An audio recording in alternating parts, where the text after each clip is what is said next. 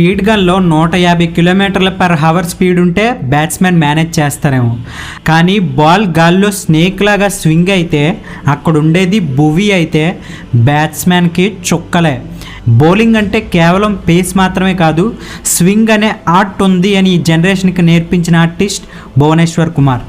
ప్రపంచంలో ఎంతమంది fast bowlers ఉన్నా భువి చేతిలో బాల్ ఉంటే ఆ నమ్మకం వేరు. ఇంటర్నేషనల్ డెబ్యూట్లోనే, అది కూడా పాకిస్తాన్ మీద వేసిన మొదటి బాల్కే వికెట్ తీసి నేను వచ్చింది హిస్టరీ క్రియేట్ చేయడానికి అని చెప్పాడు.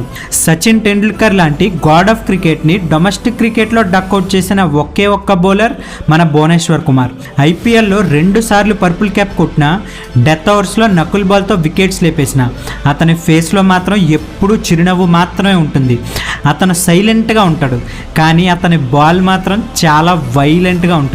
He is the swing king, the master of knuckle ball, the silent killer. Happy birthday Bhuvi. మరి నేను ఒక్కడేనా? మీరు కూడా మన భువి కామెంట్స్లో విష్ చేయండి.